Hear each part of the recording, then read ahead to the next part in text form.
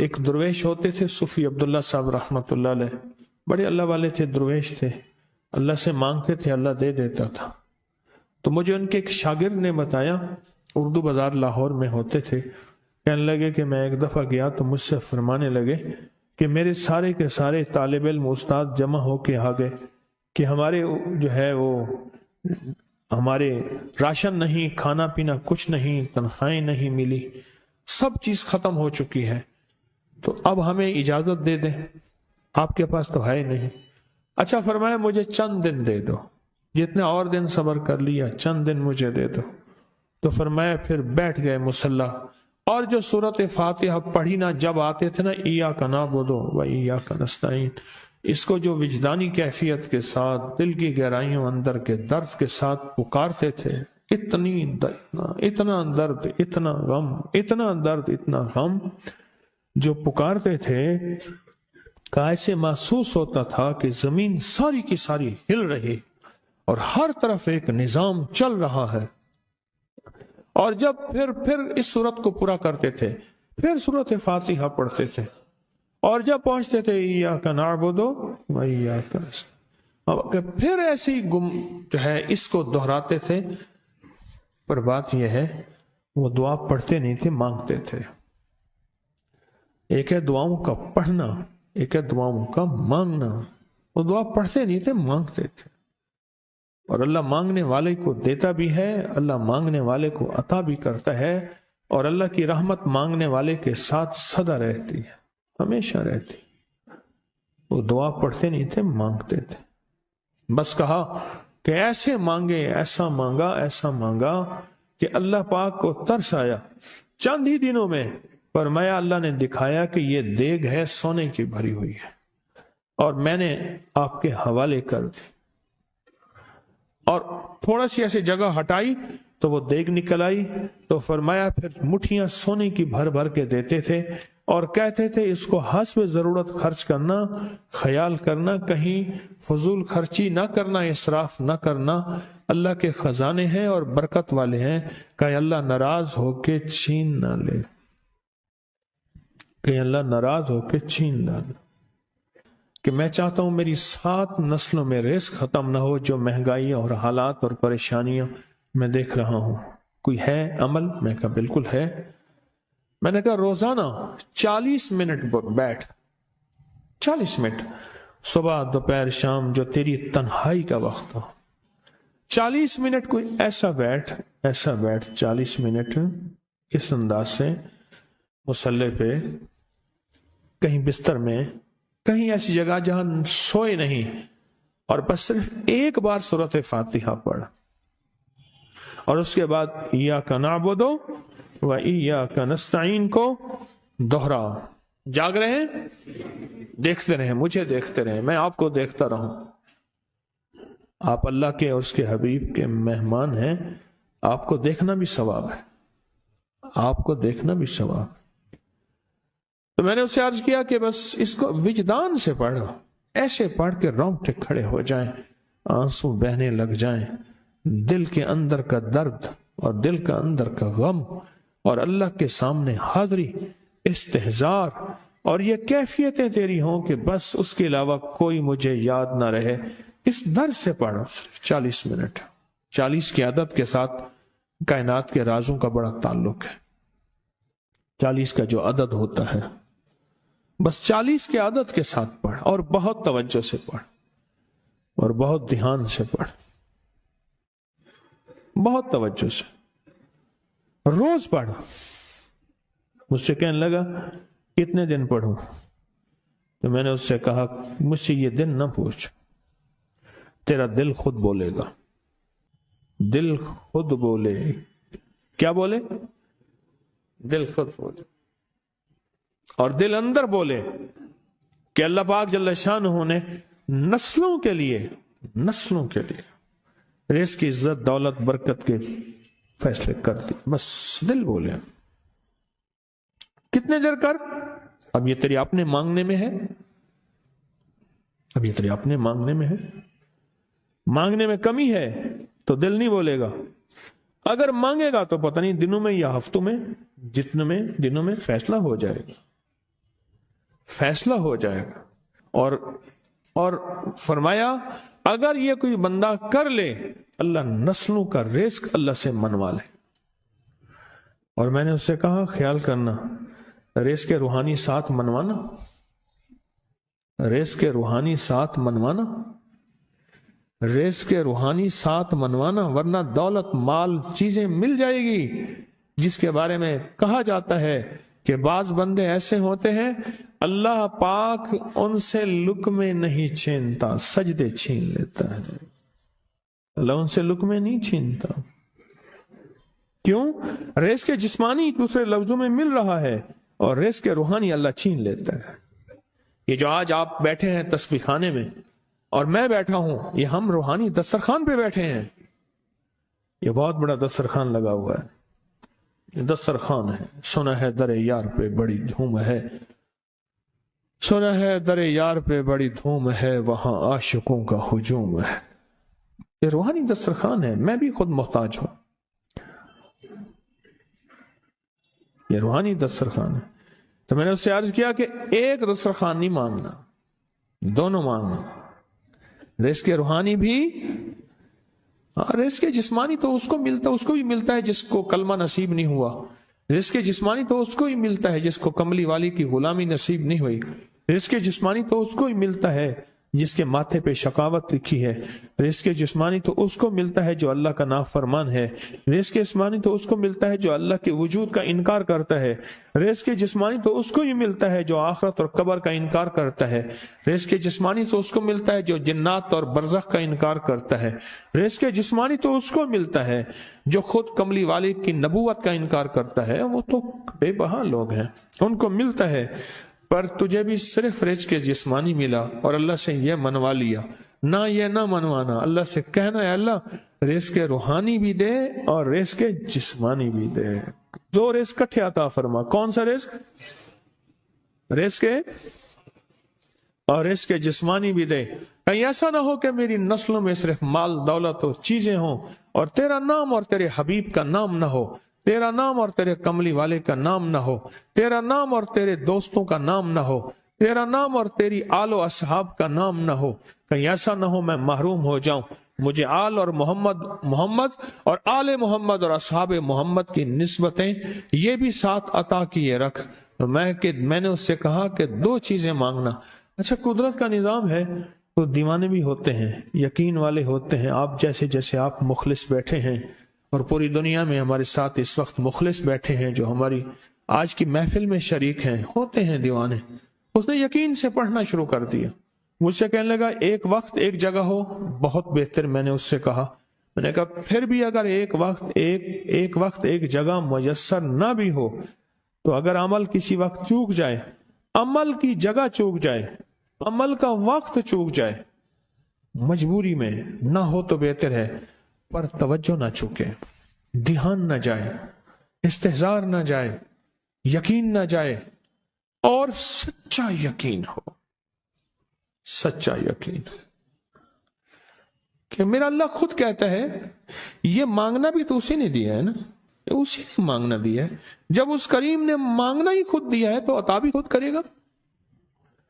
نہیں خوف نارے جہیم کا کہ کرم ہے مجھ پہ کریم کا، وہ خود عطا کرے گا مجھے، اس نے مانگنا دیا دے گا۔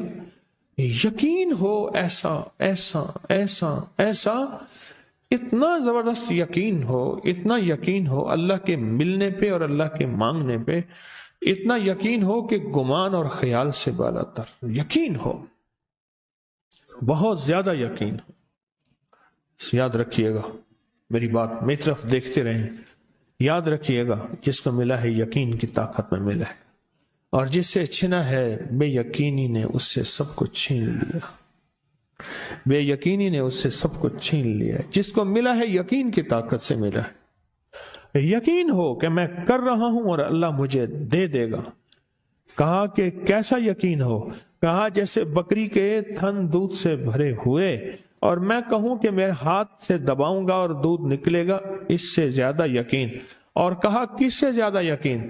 کہا کہ ایک بڑا نوٹ ہو اور بڑا نوٹ کے اندر جو ہے ایک آنے کی چیز آنی ہے، تو میں کہوں گا اس سے تو اس کی نوٹ کے اندر تو ہزاروں آنے ہیں، اور میں ایک آنے کی چیز، ایک ٹکے کی چیز لوں گا اور میرا کام بن جائے گا، اس سے زیادہ یقین ہو، اور اس سے کہیں زیادہ یقین ہو کہ سخت پیاس ہے اور میں پانی کو دیکھوں اور پانی کو دیکھتے ہی مجھے یقین ہو کہ اس سخت پیاس میں میرا پیاس بجھ جائے گی، پیٹ بھر جائے گا، اس سے کہیں زیادہ یقین ہو۔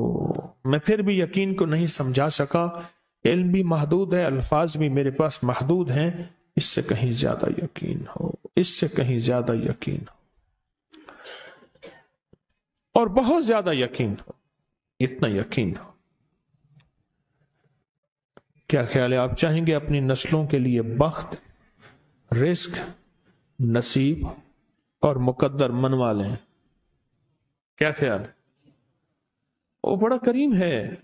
میں نے ابھی نہیں بتایا کہ قرآن کا واقعہ سنایا، حضرت موسیٰ اور خضر علیہ السلام کا قرآن کا واقعہ سنایا کہ ان کی 7 نسلوں کا جو ابا تھا نا، وہ 7 نسلوں میں پہلے والا ابا، دادے کے دادے کے دادے کا دادا، ٹھیک، وہ نیک تھا، وہ دعائیں مانگتا تھا، وہ اللہ کے ساتھ تعلق میں تھا، اس کا تقویٰ تھا، وہ اس کی نیکی کا اثر، اس کی نیکی کا اثر، اس کی نیکی کا اثر نسلوں میں منتقل ہوا، نسلوں میں منتقل ہوا۔ پڑھ لیں، مانگ لیں، اللہ سے کر دیں کہ اللہ میرے لیے اور میری نسلوں کے لیے رزق روحانی اور رزق جسمانی کے فیصلے کر دیں، رزق روحانی اور رزق جسمانی کے فیصلے کر دیں۔ شاہ عبد الرحیم تھے شاہ ولی اللہ رحمت اللہ علیہ کے والد محترم، انہوں نے شاہ ولی اللہ سے کہا، بیٹا میں تجھے روحانی مشقیں کرا رہا ہوں، ایک مشق ایک بھی کر لے، اپنے لیے اور اپنی نسلوں کے لیے اللہ سے رزق منوا لے۔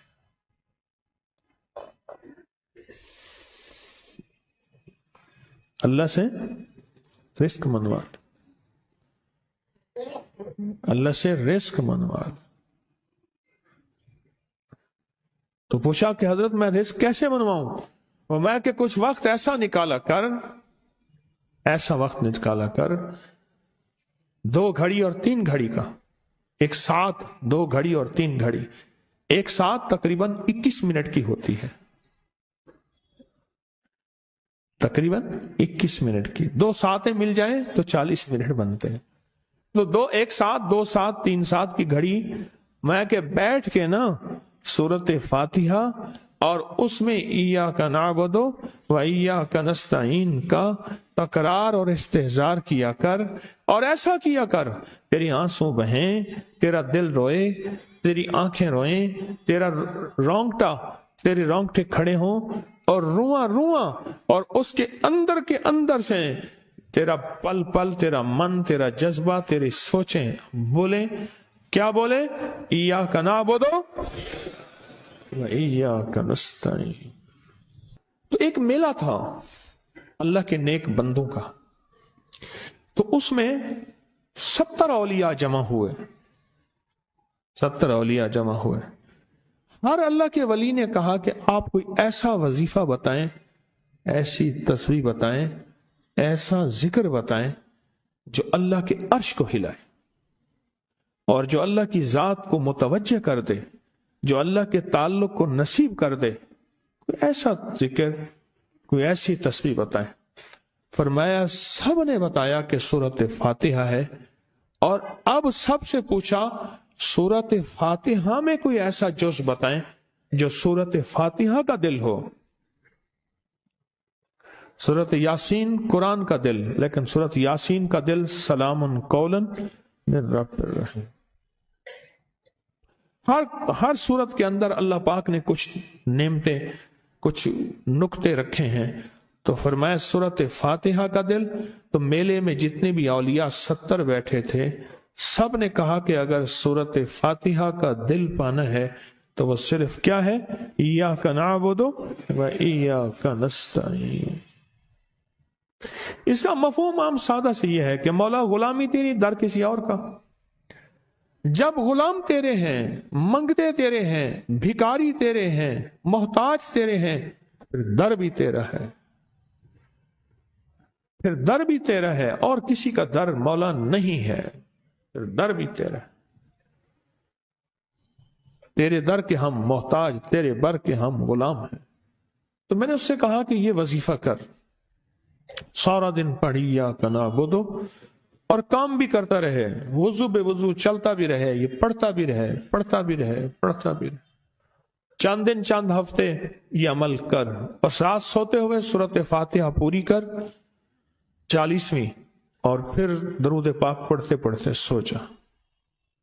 70 اولیاء نے فرمایا کہ جو بندہ یہ وظیفہ پڑھے گا اللہ کا عرش ہل جاتا ہے اور فرشتوں میں کوہرام مچ جاتا ہے، اور فرشتوں میں اللہ کے بارگاہ میں فریادیں ہوتی ہیں کہ یا اللہ یہ بندہ ہے اور اس نے یہ عمل کیا ہے، یہ وظیفہ کیا ہے، اور ابھی تک اس کی دعا قبول نہیں ہوئی، اس نے یہ مانگا ہے ابھی تک دعا قبول نہیں ہوئی، فرشتوں میں یہ کوہرام مچ جاتا ہے۔ ایک اللہ کے دوست تھے، سوتے سوتے ایک دم اٹھ بیٹھے، اٹھنے کے بعد وجدانی کیفیت کے ساتھ جو ہے یہ وظیفہ پڑھنے لگے۔ تو کسی نے پوچھا کہ حضرت کیا ہوا؟ فرمایا میں نے دیکھا کہ اللہ کے عرش کے نیچے جنتی ہیں اور وہ ٹہل رہے ہیں اور سب کی زبان پہ یہی وظیفہ ہے۔ محبت سے بلاتے ہیں، بہت زیادہ بلانے والے ہیں، ان کے ہاں چلا جاتا ہوں، میں نے دیکھا تو ان کا بھائی جو ہے ایسے چل رہا تھا تو ہاتھ میں تسبیح تھی، بات تھوڑی کرتا تھا، تسبیح زیادہ پڑھتا تھا۔ اس کا دبئی میں بہت بڑا کاروبار، جسے کہنا چاہیے بہت بڑا کاروبار دبئی میں۔ اللہ کا گاڑی میں جا رہا تھا، کچھ لوگ آئے، گاڑی کا دروازہ کھولا، بیٹھے، مجھے لے گئے، پھر میرے گھر والوں کو مہینوں پتہ نہ چلا، اور اس کے بعد بڑی اذیتوں کے بعد میں چھوٹا۔ اب وہاں بیٹھ کے پھر اللہ ہی تھا تنہائی میں، اور تو کچھ تھا ہی نہیں۔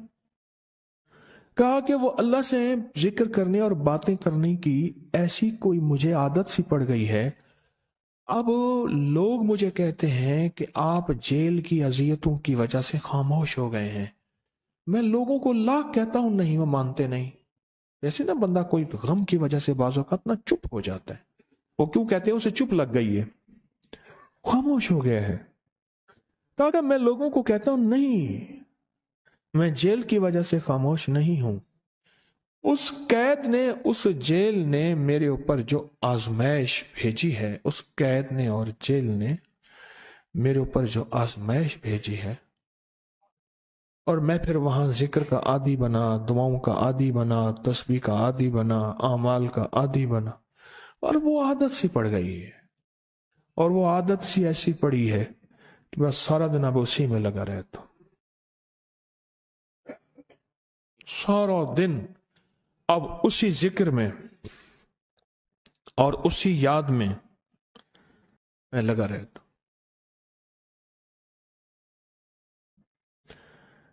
کہیں ایسا نہ ہو ہم بھی اگر ذکر سے غافل ہوئے، تسبیح سے غافل ہوئے، خدا نہ خاصہ ایسی آزمائش آ جائے اور پھر ہم ذکر اور تسبیح اور اعمال کے عادی بن جائیں، اللہ سے عافیت مانگے۔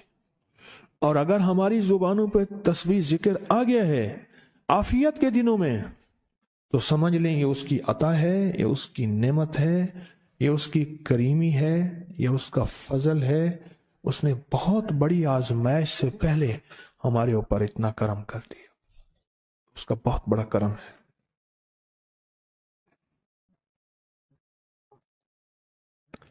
اس لیے اللہ جل شانہ کے حبیب کملی والے نے آزمائشوں سے پناہ مانگی ہے، اللہم انی اعوذ بک من جہد البلا، آزمائش، کوئی بلا آ جائے، ودرک شقا، شقاوت میں میرا نام آئے، بدبختی میں، یہ بھی آزمائش ہے، وسوء القضاء، میرے لیے ایسے فیصلے ہونا شروع ہو جائیں جو مجھے برباد کر دیں، ایک کے بعد دوسرا میرے حق میں فیصلہ، میرے خلاف فیصلے سارے، وشماتت الاعداء، اور ایسا وقت میرے آزمائش نہ آئے کہ دشمن تالیاں بجائیں، دشمن ہنسے اور میرا مذاق اڑائے. اس لیے میرے آقا نے، میرے حضور نے آزمائشوں سے پناہ مانگی ہے، عافیت مانگی ہے. اللہم انی اعوذ بک من زوال نعمتک. اللہ نعمت دی پھر اس کا زوال آ گیا. وتحول عافیت، عافیت دی تو تم نے چھین لی. اللہم انی اعوذ بک من زوال نعمتک وتحول عافیتک وفجاءت نقمتک وجمیع سخطک. اے اللہ کو میرے اوپر ایسے حملے ہوں اور سختیاں میرے اوپر شروع ہوں، مولا میں اس سے پناہ مانگتا ہوں. میں مانگتا کیا ہوں؟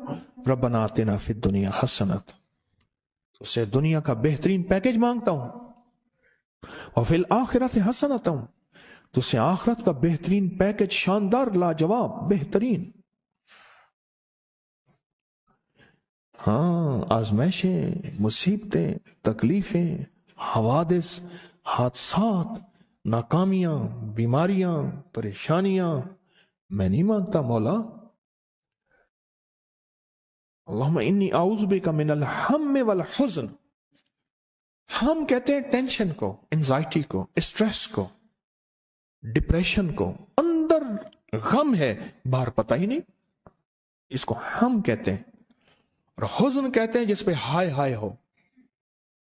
اے اللہ میں تجھ سے اندر کا دکھ جو مجھے دیمک کی طرح کھائے، اور باہر کا دکھ جو مجھے تڑپائے. اندر کا دکھ کھائے اور باہر کا دکھ تڑپائے، اے اللہ میں اس سے پناہ مانگتا ہوں. ہم والحزن، عجز والکسل، ایسا کہ میں عاجز ہو جاؤں یا میرے پر سستی غالب ہو جائے. کتنے لوگ ایسے ہیں ان کے اوپر سستی غالب ہے. بہت بڑی مصیبت ہے زندگی کی. میرے آقا کملی والے نے اس سے پناہ مانگی. اللہ کے حبیب میرے آقا نے آزمائشوں سے پناہ مانگی ہے. اللہم انی اعوذ بک من الفقر والکفر. اے میرا مولا مجھے کفر سے اور فقر سے بچا. فقر ایسا، غربت ایسی آئے کہ میرے ذہن میں ہر وقت لوگوں کی جیبوں پہ نظر ہو. ہر وقت لوگوں کی جیبوں پہ نظر ہو. یہ 2 وقت میں ہوتا ہے، ذہن نشین رکھیے گا. اس فقیر کا تجربہ ہے. ایک جب طمع بڑھ جاتا ہے، لالچ بڑھ جاتی ہے، اس وقت لوگوں کی جیبوں پہ نظر ہوتی ہے. جب فقر بڑھ جاتا ہے، غربت اور تنگ دستی اور فقیری بڑھ جاتی ہے، پھر لوگوں کی جیبوں پہ نظر اس کی ہوتی ہے اور اللہ کے خزانوں پہ نظر نہیں ہوتی یا کم ہوتی. اے میرا مولا مجھے فقر سے بچا اور کفر سے بچا، کہ ایسا وقت نہ آئے میں اپنا دین بیچ بیٹھوں، اپنا ایمان بیچ بیٹھوں. ہمارے ایک مخلص تھے عبد الوحید سلیمانی صاحب رحمۃ اللہ علیہ. کہنے لگا انارکلی میں میرا ایک دوست تھا، تو میں اس دوست کے ساتھ زندگی گزری. پنجاب یونیورسٹی میں اکٹھے پڑھتے تھے. تو پھر پتا چلا کہ وہ بہت مالدار ہو گیا. اسلام آباد کے ایک بہت بڑے سیکٹر میں گیا تو اس کا گھر دیکھا، گاڑیاں، بڑا گھر. اور یہاں اس کے پاس ایک پرانی سی پتلون ہوتی تھی اور غربت ہوتی تھی، اور انارکلی کے کسی اوپر چبارے کے کسی کمرہ لیا ہوا تھا. تو میں نے اس کا نام لے کے پوچھا یہ کیا؟ اس نے ایسے سینے پہ ہاتھ رکھ کے کہا بس یہی بیچا ہے، اب باقی سب ٹھیک ہے. سینے پہ ایمان بیچا ہے، سب کچھ مل گیا. اللہ میرے پر وہ وقت نہ لا جب میرے اوپر فقر غالب آ جائے یا کفر آ جائے. میرے آقا کملی والے نے آزمائشوں سے پناہ مانگی. اور آپ حضرات کتنے خوش قسمت ہیں، اس کی شان کریمی. اللہ نے آزمائشوں سے بچایا، اور انشاءاللہ ان نام کی برکتوں سے، ان دعاؤں کی برکتوں سے، ان تسبیحوں کی برکتوں سے، اس اللہ کے نام لینے کی برکت سے انشاءاللہ اللہ اور آزمائشوں سے بچائے گا. اللہ نے بغیر آزمائشوں کے ہمیں اپنا نام دے دیا، اپنے نام کی تسبیح دے دی، اپنا ذکر دے دیا، اپنی یادیں دے دی. کسی جگہ منہ سے اللہ نکل جاتا ہے، کہیں رحمان نکل جاتا ہے، کہیں بسم اللہ نکل جاتا ہے. ابو عبداللہ مغربی فرماتے ہیں میں نے رسول اللہ صلی اللہ علیہ وسلم کو خواب میں دیکھا. عرض کیا وہ جل سے ایک حاجت ہے، اس وسیلے سے دعا مانگو. عرض کیا مجھے اللہ سے ایک حاجت ہے، کس وسیلے سے دعا مانگو، کوئی عمل بتا دیں، کوئی وسیلہ بتا دیں آقا۔ میں نے حضور سے خواب میں سوال کیا تو آپ نے ارشاد فرمایا جس کو بھی اللہ سے کوئی حاجت ہو اسے چاہیے وہ سجدے کرے، یعنی 2 رکعت ادا کرے اور سجدے کی ہر رکعت میں 40 مرتبہ آیت کریمہ پڑھے، جو میں عمل میں بتایا کرتا ہوں، لا الہ الا انت سبحانک انی کنت من الظالمین۔ جب بھی کوئی مشکل ہو، الجھن ہو، پریشانی ہو، کوئی تکلیف ہو، کوئی مسئلہ ہو، تو میرے حضور نے فرمایا کہ تو ایسا کر،